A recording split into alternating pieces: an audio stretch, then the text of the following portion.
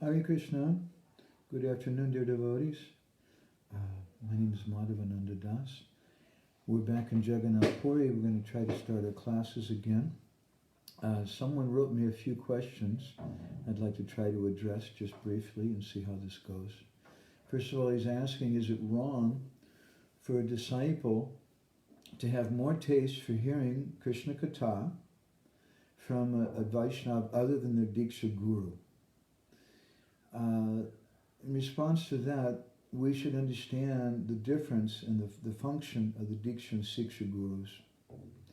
In Chaitanya Charitamrita, in the beginning, Srila Prabhupada makes the point in Adi Lila chapter 1, his purports, that one should see no difference between the diksha and the siksha gurus. Well, that may sound a little strange. How can you say there's no difference? Obviously, there's a difference in form, and difference in name, difference in their teachings. There's no difference in the sense that we accept that Krishna has sent both of them. But at the same time, they have a little different function. In his Manasiksha, his 12 verses of Manasiksha, Raghunath Das Goswami begins by stating Guru Goste Gostali Su Sujane Bhusaragane, how he begins by offering respect to different personalities. And the first thing he says is Guru. In his commentary on that verse, one famous Gaudiya Vaishnava who was living here in Orissa, his name was Bhakta Kavi Gopal Krishna. He was a disciple in the line of Shyamananda Prabhu, and he wrote a commentary on Raghunath Das Goswami's prayers, and he addresses this point very nicely. He says there, Diksha-guru rupe swayam Shri Govinda Siksha-guru rupe Radha Vaishnava swarupe Sakhi gana sarve Hari boto bigna bada. That we should understand Diksha-guru rupe, the form of the Diksha-guru, swayam Shri Govinda. He's directly Krishna. Because our Diksha-guru is Sambandha Datta. He is a personality who gives us our connection to Krishna. Indeed, he is our connection to Krishna, just in the same way that a bank teller gives one a connection with the bank. And indeed, he is the connection with the bank in some aspects. And Bhakta Kavi Gopal Krishna goes on to state that Siksha Guru Rupe Radha. We see the Diksha Guru as Krishna, and we see the Siksha Guru as Radha. Because the function of the Siksha Guru is Abhideya Datta. They show us what to do with what we've gotten from the Diksha Guru. And the Diksha Guru gives us that mantra, which is not different from Krishna.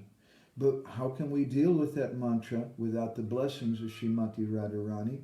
And the Siksha Guru then is the manifestation of Radha, showing us how to serve what we've gotten from the Diksha Guru. And the Vaishnavas, he says, Vaishnava Swarupe Sakhi Gana Sarve, that we should see the Vaishnavas are manifestations of the gopis who are serving Radha and Krishna. And he says, Hoi Boy To Bigna Bhaga. These three remove the obstacles from the devotional path. So there's nothing wrong to have more taste for hearing katha from some Vaishnava other than our Diksha Guru. The examples given of Raghunath Das Goswami, we say that he's Swarupa Raghu, that he's the disciple of Swarup Damodar Goswami. But he wasn't initiated by Swarup Damodar Goswami. The name of his Diksha Guru slips my mind. It's mentioned in Chaitanya Charitamrita. And in his writings, Raghunath Das Goswami gives respect to that personality. But my Guru Maharaj was once asked who is more prominent, who is more important, the Diksha Guru or the Siksha Guru? And his beautiful answer was, whoever occupies your heart. But in general, there's another principle also, which is given by Narahari Sakar, the Diksha Guru of Lochan Das Thakur.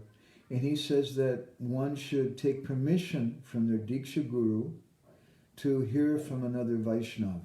But that other Vaishnava is, if he's a genuine Vaishnava, he's very happy if someone takes shelter of another Vaishnava.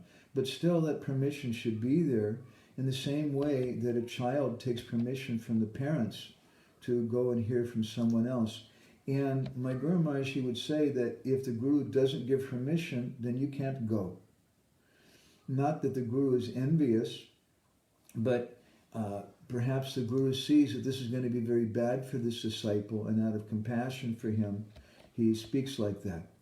But in general, a bona fide Guru is very happy if someone hears from another person. Just like Niranjan Maharaj, I remember hearing this question asked to him, and his response was that I'm very happy if someone hears from whoever they have faith in, as long as it's a bona fide Vaishnava. And that's the nature of a Vaishnava. So another question came from the same devotee in North America. He says that in your classes you mentioned that if a disciple is led to a cheating guru, is it because of that disciple's kapatya or crookedness in their heart? And could you share a sastric reference for this? Okay, so there's a number of references in regards to this. In the Brahma-Vaivarta Purana, there's a verse which Srila Jiva Goswami quotes in Bhakti Sandarbha. He says that Yavat papaistu malinam hridayam tabadevahi. As long as your hridaya, your heart, is malina, malini means contaminated with pap, with sin, then he says, na shastre satya buddhi syat sadbuddhi sadguru tata. Then your intelligence is not going to be good. You won't accept proper shastra. You may be attracted by nonsense books. You won't be attracted by a bona fide guru. You'll be attracted by some other personality who's not bona fide.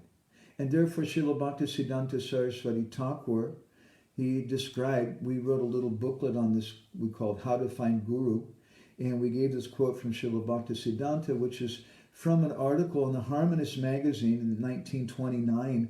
And he said there in his very typical high English, at the dawn of our spiritual life, we sincerely and with complete submission and self-surrender pray to God for receiving the protection of Sadguru. So this is the beginning of our spiritual life. This is the dawn of our spiritual life. And what does it mean?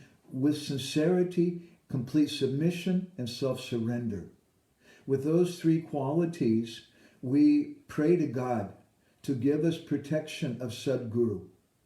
And then he says, the Supreme Lord, perceiving our earnestness and devotion with a view to guide us on the true path, will send a real Guru to us. So when Krishna sees, someone's asking me to give the verse number from Brahma-Vaivarta Purana. It's from Bhakti Sandarbha. I'd have to look and find. I'll place it in the comments which section of Bhakti Sandarbha it's from. But going on to Srila Bhaktisiddhanta about how to find Guru, he says, when the Lord sees our sincerity and devotion, then with a view to guide us on the true path, he'll send a real Guru to us. Otherwise, he says, it's impossible for us to find Sadguru by our own fallible energy. It's not possible for us. If we guide ourselves by our own energy, we shall come across the pseudo-gurus, the fake gurus, and being caught hold of them by their temporary pleasing manners, will run down to hell. There's a similar conversation in the Science of Self-Realization in chapter 7. Someone's interested to read. It's a room conversation Prabhupada had with the Irish poet Desmond O'Grady, and he's asking how can one find Guru? And Prabhupada's telling him there's no problem. God is within your heart. If you're sincere, then God will give you a spiritual master. So we have to develop that sincerity. And according to the quality of our sincerity, Krishna will send us a particular Guru. But we should have faith that there's always such a personality present.